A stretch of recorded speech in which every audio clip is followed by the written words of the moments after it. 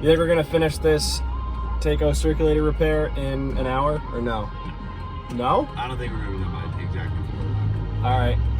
I would say you're right. I say the possibility of that is slim and none, but it's fine because now that I'm aware that I'm not going to be done by 4, then you're okay with it. I'm okay with it. But if you had to be to the dentist by 4:15 and it was 3:55, you'd be upset. You'd have to drop me off. Yeah. I'd have to drop him off, he says. Good detective work by someone that came here. Bad seal, and in case we didn't know where it was coming from, did a really nice thing and just drew a little arrow there for us. So it needs a new bearing assembly. I'm sure that's like $1,900, but we'll call it in and see. We thought we had a chance of getting home Friday on time, but it just never seems to work out that way. Friday is always. It's always late. We're at one of our commercial accounts, and when the mechanical supervisor, maintenance manager, when they call you and tell you it needs to be fixed today, you get it done today. So that's what we're doing. This is a Takeo 1600 series. It's brand new. It's probably about a year and 4 months. Everything needs to be replaced. Some stuff can be repaired, and this is a prime candidate for repair. So we have the, yeah, Ian's 6 foot something. He's bonking his head all over the place. We have the replacement parts. So we're gonna disassemble the bearing assembly and put new parts in.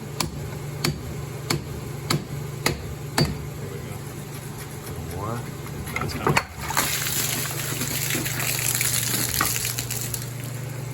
There we go. Voila. Inside or right Nope, here? you see the flange right here, the inside piece? Just get that cleaned up. So the gasket surface needs to be cleaned so that when we put the new gaskets on, everything seals up nice. The 1600 series, they don't come as an assembly. This actually is a cartridge assembly. It doesn't come with this whole unit. So we have the new bearing assembly, or cartridge I should say, here, and we're going to take this whole thing apart, take the impeller off, and we're going to replace all these parts. Quick explanation on how this all works. So it's actually pretty simple. The moneymaker in all this is this, and this spring. So when the impeller is mounted, it pushes down on this spring, which in turn takes the very precisely machined piece that this is, I think it's graphite actually, and pushes it against this sealing element here. When it does that, it puts enough force to make sure that the surface doesn't leak water through it. And at the same time, this brass piece right here is constantly riding on the inside part of this. There's a lip in there. So when it's all functioning properly, nothing is wearing too severely, nothing is leaking, and it's all due in part to this couple of parts right here. That's pretty ingenious. All right, after having to get a little bit medieval with the old one, chisels and a hammer and all that, I got it out of here. Try to work clean when I'm rebuilding stuff. Commercial circulator, anything really. Rebuilding stuff and making sure you keep track of all your new parts and everything is really critical. It's especially critical with these because if this surface in here isn't basically 100% clean, it will leak. So this gasket surface here is down to bare metal. We're going to apply the new gasket, and it's very, very critical with these circulators that you use only the siliconized grease that they give you. I made that mistake one time. I put something else on there. It was probably Mega Lock or whatever. And just to help everything go in smoothly, and it leaked shortly thereafter. Whether it was because of that or not, I don't know, but I always stick to what the manual says, and it says it right in there to only use the grease that they give you. So we're going to put it all back together now, and we're going to reinstall it onto the volute.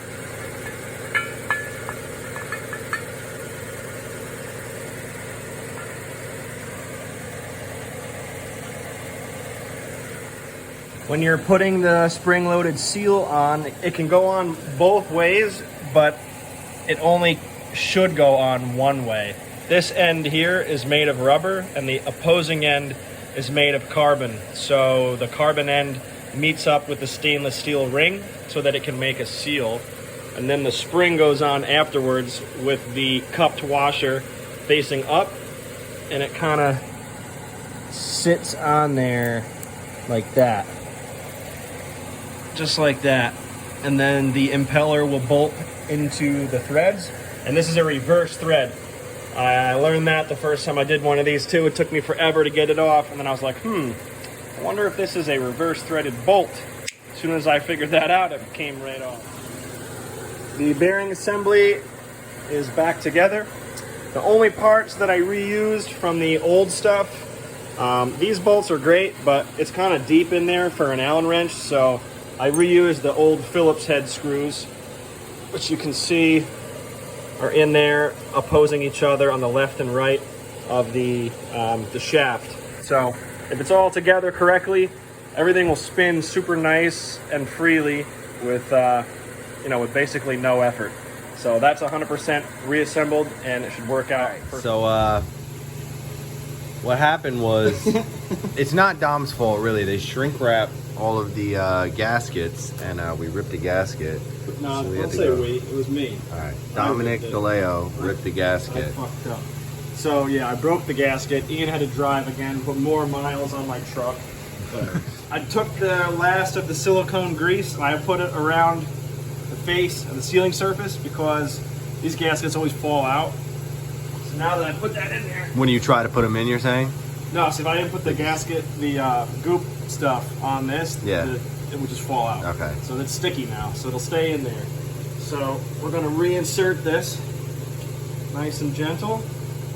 Make sure that it goes into the slot.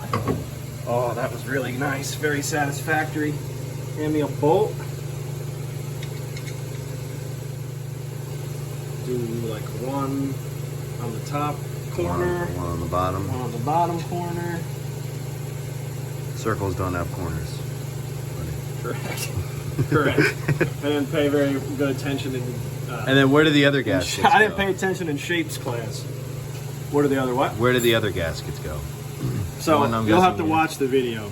Oh, you put it, okay. Yeah, you were gone when I good. explained it all. Alright. Alright, put the finishing touches on. We just lifted the motor back into place. He's putting the bolts in and snugging them up. We have the rubber coupler in there. That's basically similar to the, what the hell are those called? The spring couplers that I showed a few videos ago. This was just rubber. It just prevents shock to the impeller when the motor starts. And yeah, it's simple stuff. The valve, yep, the valve is on. I did that before we put the motor in, just in case something did leak. We wouldn't have to take the motor back off. But as long as you work clean and make sure all the surfaces are in good shape and you use that special grease, these are really pretty simple to do. We're lucky that this pump is not being fed glycol, because if it was, this would be in a lot rougher shape and a lot more difficult. What did Ian think of today? Pretty good. Good install this morning. Good install, yeah, it was really nice. It's fun when you're working quick, you know what I mean? Yeah. But I don't know, that's all I got. Shout out to that one hater guy who didn't think we put in any copper. I don't know. We put in a lot of copper. We did PEX all the time. I guess PEX, and he doesn't like plastic pipes for some reason. So. Yep. So today, Friday, Good Friday. We'll see you on Monday. Have a good one.